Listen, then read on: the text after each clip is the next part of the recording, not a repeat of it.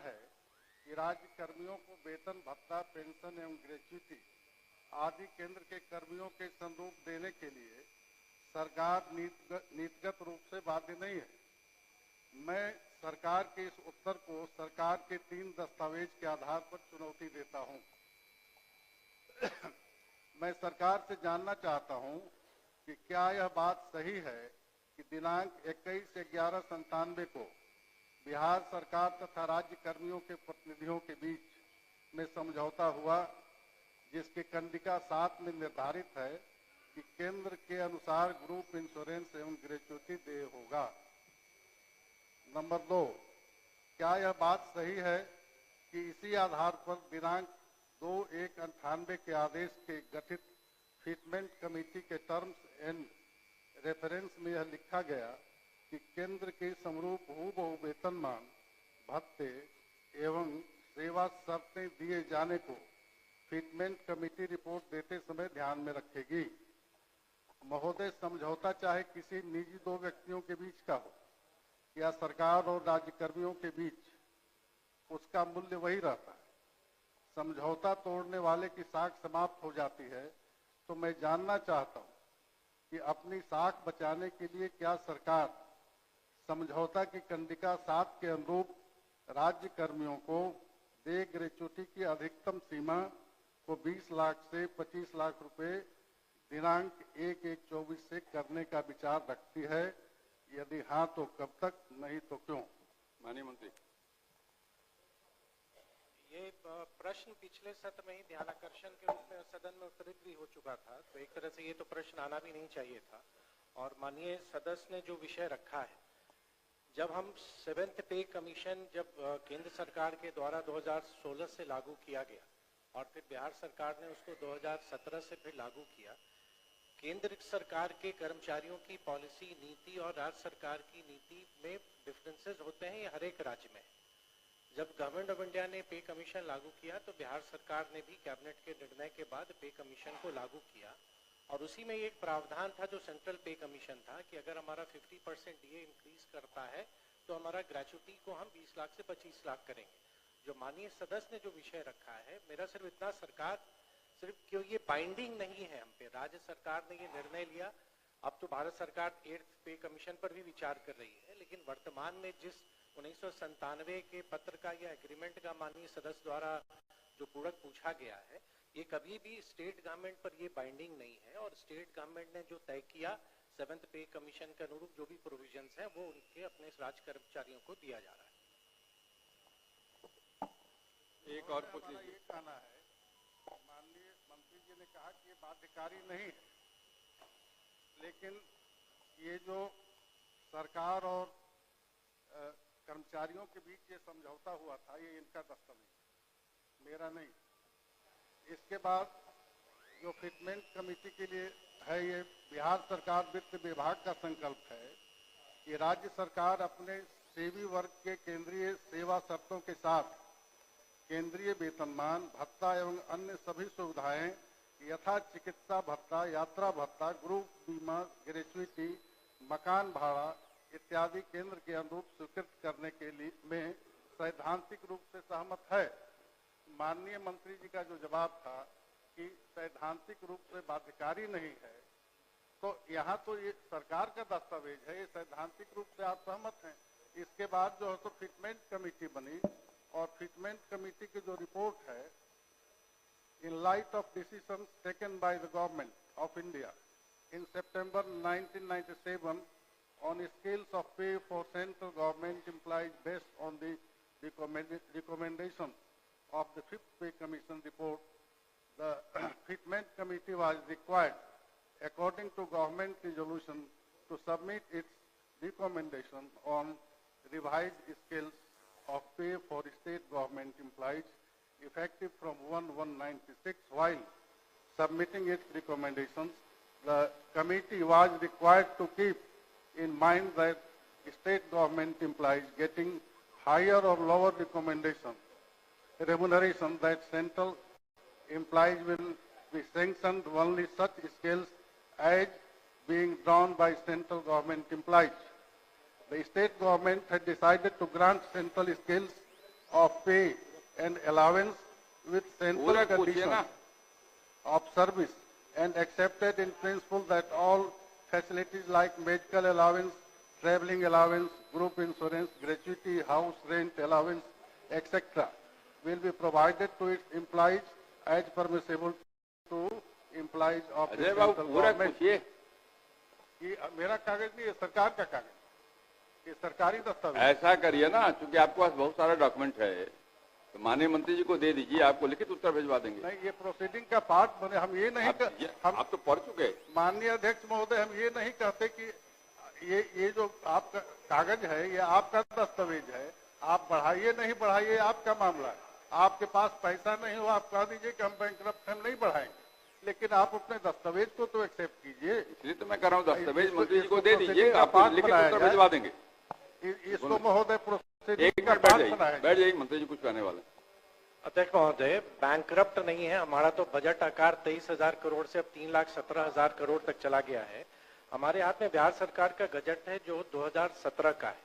मेरा सिर्फ इतना कहना है कि जिस विषय को माननीय सदस्य उठा रहे हैं, किसी भी स्टेट गवर्नमेंट पर, सिर्फ बिहार में ही नहीं, देश के किसी भी राज्य में भारत सरकार के लिए जो कर्मचारियों के लिए जो नियमावली बनाती है वो किसी भी स्टेट गवर्नमेंट पर बाइंडिंग नहीं है। विभिन्न राज्यों में अपने कर्मचारियों की अपनी पॉलिसी होती है और राज्य सरकार मंत्रिपरिषद के निर्णय के आलोक में जो उचित लगता है, मेजर प्रोविजंस जो 7th पे कमीशन के हैं उसको गवर्नमेंट ऑफ बिहार ने मंत्रिमंडल के निर्णय से माननीय मुख्यमंत्री के स्वीकृति के बाद उसको लागू किया हुआ है और ये स्टेट गवर्नमेंट पर बाइंडिंग नहीं है। यही मेरा माननीय सदस्य को मेरा सूचना देना। अजय जी महोदय बैठ जाइए, आप कहोगे। महोदय, अध्यक्ष महोदय, मैं सिर्फ सरकार से ये जानना चाहता हूं कि सरकार और कर्मचारी यूनियन के बीच समझौता हुए और जब समझौता सरकार ने किया और उसको लागू करने का डेट भी दिया, तो उसको पूरी तौर पर लागू करने में सरकार को क्या दिक्कत है, ये जानना चाहता हूं। आप अजय बाबू कागज मंत्री जी को दे दीजिए, पूरा अध्ययन करके फिर से पढ़ लेंगे, क्योंकि इतना लंबा चौड़ा आपका है कि हो नहीं पाएगा ना, तो वो पूरा उत्तर आपको भिजवा देंगे। दे दीजिए, पढ़िए। नहीं अध्यक्ष महोदय, एक बात हो गया आपका। अब आपके बात तो अजय जी बोल लिया, अब आप बोलिएगा। अब नहीं हो गया, आप दे दीजिए मंत्री जी को। महोदय, एक बात सुन लिया जाए। हमारा ये कहना है कि सरकार ने लिखा है कि भत्ता, पेंशन, उपादान आदि केंद्र सरकार के कर्मियों के स्वरूप देने के लिए नीतिगत रूप से बाध्य नहीं है। इसका उत्तर अस्वीकारात्मक है। सरकार ये कहे कि ये स्वीकारात्मक है, पैसा होगा तो देंगे। अब तारांकित प्रश्न लिए जाएंगे। हो गया। मैं चाहता हूं सर कि समझौता मैंने आपने कहा ना किया। आपको, क्योंकि बहुत सारे सरकार डॉक्यूमेंट इन्होंने दिए हैं।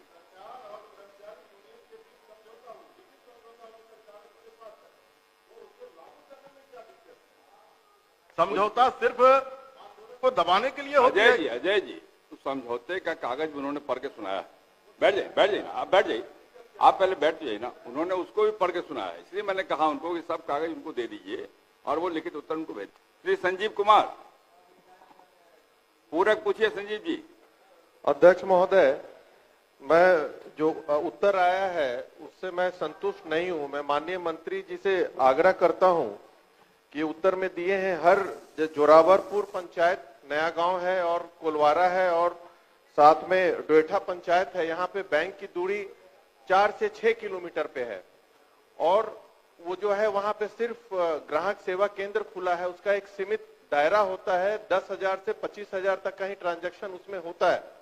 उससे ज्यादा ना बैंक ना किसानों को लोन का सुविधा उपलब्ध हो पाता है। इसलिए मैं आग्रह करता हूं कि ठीक है, आपने उत्तर में लिखा है कि यहाँ पे जो ये दिया जाएगा, जो भी बैंक का सुविधा दिया जाएगा वो बैंक पे निर्भर करता है, लेकिन सरकार के स्तर से उपरोक्त जगह पे एक शाखा खोलने का प्रस्ताव बैंकों को भेजा जाए। मेरा ये आग्रह है माननीय मंत्री से। आपका आग्रह मंत्री ने सुन लिया है, कुछ बोलने वाले माननीय मंत्री। अध्यक्ष महोदय, जो माननीय सदस्य ने जिन गांव का विषय उठाया है, हमने उत्तर में स्पष्ट किया है कि वहां पे बैंकिंग सर्विसेज, मतलब किसी भी व्यक्ति वहां पे बैंकिंग सर्विसेज से वंचित नहीं है, चाहे वो बिजनेस कॉरेस्पॉन्डेंट के माध्यम से हो या वो ग्राहक सेवा केंद्र के माध्यम से हो। बहुत विस्तार से हमने उनको माननीय सदस्य का जो विषय था, जिन गाँव का उन्होंने उल्लेख किया, वो मैंने बताया भी। माननीय सदस्य और आपके माध्यम से पूरी सदन की जानकारी के लिए, भारत सरकार के वित्तीय सेवाएं विभाग का एक सर्कुलर है जो 2023 में बिहार के संदर्भ में वो पत्र आया था। अगर आपकी अनुमति हो तो एक पैराग्राफ में पढ़ दूं। आई वुड ये ज्वाइंट सेक्रेटरी हैं मुकेश कुमार बंसल जी, उनका पत्र है। I would like to inform you, जो हमारे यहाँ मुख्य सचिव को इन्होंने, जो वित्त सचिव थे उनको लिखा है। I would like to inform you that one of the major priorities of the Department of Financial Services is to ensure availability of banking outlet with bank branch, business correspondent और India's post payment bank center within 5 kilometers। या हम post office के माध्यम से या business correspondent के माध्यम से या ग्राहक सेवा केंद्र के माध्यम से 5 किलोमीटर जो बिहार की जो एक जितने भी रेवेन्यू विलेजेस हैं उस कंटेक्स्ट में आया है। और ये आगे ये कहते हैं कि ये the bank center within 5 kilometers distance of every inhabited village in the country under financial inclusion initiatives of government of India। Bharat सरकार पूरा फाइनेंशियल इंक्लूजन पर काम कर रही है। अध्यक्ष महोदय आप अवगत हैं। बिहार के संदर्भ में जो उन्होंने बताया है, in this context the progress is being monitored through the Jan Dhan Darshak application on which over 6 lakh banking outlets have been mapped through geographical information system GIS across country. The total number of villages in Bihar is 39133, 39,133, and all villages are covered with banking outlets as per the criteria prescribed. The status of banking infrastructure in the state of Bihar as on 30th April 2023 is total branch Bihar में 7,897 हैं, business correspondent 1,03,245 हैं, ATMs 6,870 हैं और जो Indian postal payment bank है उसकी संख्या 8,431 है। तो जिन गांवों का उल्लेख माननीय सदस्य ने किया है, सर्विसेज वहां पे है। बैंक की फुल फ्लेज ब्रांच वहां नहीं हो सकती है, लेकिन बैंकिंग सर्विसेज वहां के लोगों को प्रोवाइड किया जा रहा है। माननीय सर केवल ये कह रहे हैं, मैं संजीव जी सर एक वन रिक्वेस्ट है, appreciate what he has said sir, but my humble request is at least you can send the proposal to the concern bank to open the bank in that concern village. वो केवल एक प्रस्ताव भेज दीजिए। अध्यक्ष महोदय, आप ही अवगत हैं कि बैंक अपनी शाखाएं खोलने के लिए जो कॉमर्शियल वायबिलिटी है उस आधार पर बैंक निर्णय लेती है और RBI का भी स्पष्ट रेगुलेशन है कि लोगों तक बैंकिंग सर्विसेज पहुंचाना है। तो जहां भी बैंक को लगता है आवश्यकता अनुसार वो ब्रांचेस को वो खोलती भी है और जो माननीय सदस्य की जो चिंता है उसमें वित्त विभाग देख लेगा, जो संभव होगा हम करें। ठीक, धन्यवाद। श्री रामबली सिंह यादव। पूरक पूछिए रामबली बाबू। जी माननीय अध्यक्ष महोदय, मैंने प्रश्न किया था महोदय, काको प्रखंड अंतर्गत सैदाबाद गांव में कब्रिस्तान घेराबंदी के लिए और जमीन का पूरा खाता नंबर प्लॉट नंबर भी हमने दिया था। उत्तर आया है महोदय कि ये कब्रिस्तान की घेराबंदी प्राथमिकता सूची में शामिल नहीं है और इसकी प्राथमिकता सूची का निर्धारण पुलिस अधीक्षक और जिला पदाधिकारी संवेदनशीलता के आधार पर निर्धारित करते हैं महोदय। 2018 में जहानाबाद में जो दंगा हुआ था महोदय, इसी सरकार के रहते और उसका असर अगल बगल इलाकों तक पहुंचा था, तो क्या इससे भी बड़ा संवेदनशीलता का प्रमाण आवश्यक है महोदय? हम सरकार से जानना चाहेंगे कि क्या इसको प्राथमिकता सूची में दर्ज कर इस कब्रिस्तान की घेराबंदी कराने पर सरकार विचार करती है, माननीय मंत्री, और अगर हाँ तो ये कब तक? माननीय सदस्यों ने जिस बात का जिक्र किया, एक आवेदन हमको भेज दें, हम कलेक्टर को भेज देंगे, देखेंगे, उसके बाद उसको विचार किया जाएगा। एक आवेदन भेज दीजिए तो कलेक्टर को भेज देंगे ताकि उसका विचार करें। श्री अजीत कुमार सिंह। प्रमोद जी, मेरा काम आप मत करिए। हाँ, आप मत करिए भेजने के लिए। इसमें क्या आपत्ति हो सकती है? तो पॉजिटिव जवाब है, सरकार के पहल पॉजिटिव है। अलग से भी आवेदन देना। हाँ, एक दे दीजिए, इनको मंत्री जी को दे दीजिए। माननीय अध्यक्ष महोदय, पूरक पूछिए जी। पूरक पूछ रहा हूं महोदय। हमने जो सवाल किया, बड़ी जवाब देने में बाजीगरी दिखाते हैं अधिकारी लोग। पूरक पूछो भैया, पूरक। वही पूरक है महोदय। पहला मैंने पूछा कि क्या जो राज्य में अन्य राज्य कर्मी शहर में रहते हैं उन्हें अतिरिक्त शहरी भत्ता मिलता है, तो लिखा है कि स्वीकारात्मक है। फिर हमने पूछा कि क्या पुलिस कर्मी जो इधर पटना दानापुर में रहते हैं क्या इनको मिलता है? तो पहले तो लिखना चाहिए था कि नहीं मिलता है, वो नहीं लिखा गया है। जवाब जो दिया गया है उसमें एक चिट्ठी का हवाला दिया गया है महोदय कि 18 जून 24 के आलोक में पुलिस मुख्यालय को पटना जिला के खगौल और यहां पर देने के लिए भेजा गया है, लेकिन ये अभी तक लागू क्यों नहीं है, मेरा ये पहला पूरक है महोदय। माननीय मंत्री महोदय, निर्देश दिया गया है, लागू हो जाएगा, कोई दिक्कत नहीं होगी। नहीं अध्यक्ष महोदय जवाब तो बहुत भेग में है कि निर्देश दिया गया है, लागू हो जाएगा। महोदय मैं जब सवाल पूछ रहा था तो फरवरी का महीना रहा होगा और पिछले साल जून में आपने आदेश दिया और फरवरी 2025 तक लागू नहीं हुआ। मैं ये जानना चाहता हूं कि जिन्होंने आपके आदेश को इतने दिनों तक लागू नहीं किया, क्या उसके ऊपर आप कार्रवाई करना चाहते हैं? डायरेक्शन दिया गया, नहीं लागू होगा तब ना कार्रवाई कीजिएगा। डायरेक्शन दिया गया है, जल्दी ही लागू करने का काम। महोदय लागू नहीं हुआ है। एक तो बात है कि लंबे समय से इनको नहीं मिलता है, दूसरा जब सरकार ने 2024 में इसका फैसला किया 6 महीने से लागू नहीं हुआ, तो हम कब तक माने कि लागू होगा? जब 6 महीना लागू नहीं हुआ तो ये जवाब देना कि लागू हो ही ना जाएगा, ये तो गलत जवाब है महोदय। जवाब ये दिया जाए कि लागू सरकार के आदेश को महोदय हम लोग भी जितना 4.5 वर्षों में समझे हैं कि अधिकारियों को 15 दिनों में लागू करना होता है। अगर उन्होंने लागू नहीं किया तो ये सरकार का, बिहार सरकार का अवमानना है महोदय, माननीय मंत्री जी का भी अवमानना है। तो उनके ऊपर एक्शन कार्रवाई करेंगे कि नहीं करेंगे और कितने दिनों में इसको लागू करेंगे, हमको बता दें महोदय। माननीय मंत्री से जल्द लागू कर लिया जाएगा, नहीं करने पर कार्रवाई की जाएगी। ठीक। श्री देवेश कांत सिंह पूरक पूछिए। देवेश जी पूरक पूछिए। आपके आदेश से पूछता हूं कि ये बीएलओ लोगों को तो उनका कार्य भत्ता दिया जा रहा है, लेकिन जो EARO जो पूरे साल भर मतदाता सूची का काम चल रहा है, इससे संबंधित ब्लॉक लेवल पर कोई व्यवस्था नहीं है। ERO ऑफिस में होता है, जो RO ऑफिस है, ERO ऑफिस है, वहां हो जाता है, लेकिन ब्लॉक में ब्लॉक का पैसा लगा के उसका बिल संपुष्ट किया जाता है, जो कि झंझट का काम है, बाद में उसमें दिक्कत आएगी। इसलिए AERO ऑफिस कार्यालय के लिए क्या व्यवस्था है, यही पूछना चाहता हूं। माननीय मंत्री महोदय, सुनो भाई, जवाब सुनिए। महोदय,